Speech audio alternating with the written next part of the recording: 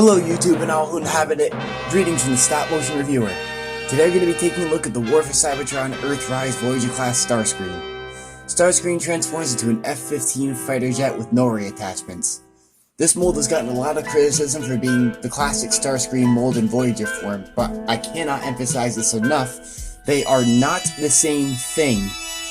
It isn't anything revolutionary in mold changes, but this version of the mold fixed a ton of aesthetic problems.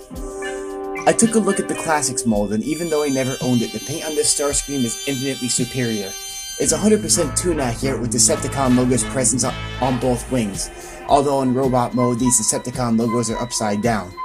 I guess you could say it's just symbolic given the fact that Starscream's a Decepticon, but not exactly. Something that amazes me about this figure is the amount of surface area that he manages to get in this jet mode. In his jet mode, he's about as long as Earthrise Prime and his trailer combined. But in his robot mode, he's about a half inch shorter than Optimus Prime at the head. This is why you have to appreciate the design teams on these figures. They have to make something that has such a compact robot mode gain so much surface area you would almost think max shifting is almost happening in real life. The transformation on this figure is basically the same as the Classics mold. It's fun and simple, and I love the nose cone spin hinge that has to take place in order to get it to work. I think this is actually one of the few Starscreams that doesn't have a faux cockpit. Or at least I think that's the case. I'm not 100% sure, so correct me if I'm wrong in the comments. The end result of his transformation is a fantastic robot mode, with one or two flaws that make it not quite as good as his robot mode. The wings can't bend in a way that's quite as versatile as Siege Starscream, and they interfere with the arms because of this. The arms also lose the fact that double jointed, and the wrist and waist rotation is no longer present, not allowing quite as much posability as the Siege counterpart. The head sculpt on this figure also looks a smidge bit too small. It looks like it came directly off the Classics Deluxe mold and was put onto a Voyager figure, which makes it look like he has a head that's too small. This no longer includes light piping either, which is kind of a shame because I was getting to enjoy it, but the red painted eyes are fine, I guess.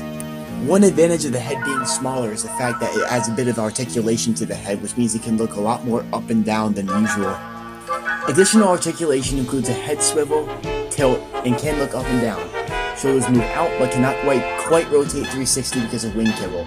Shoulders can move out, bicep bend and rotation, wrist sway but no rotation, thigh rotation, and universal hip joints for forwards, outwards, and backwards movement, as well as 90 degrees of bend at the knee and ankle tilt. There are also some issues with quality control, or at least I could picture it going in that direction.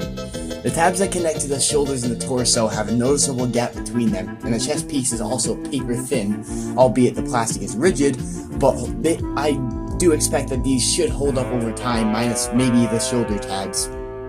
Altogether, I would give this figure a 9.5 out of 10.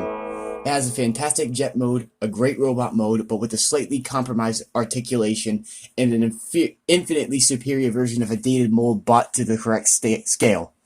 This has been the Stop Motion Reviewer, and my next review will be on Earthrise Hoist.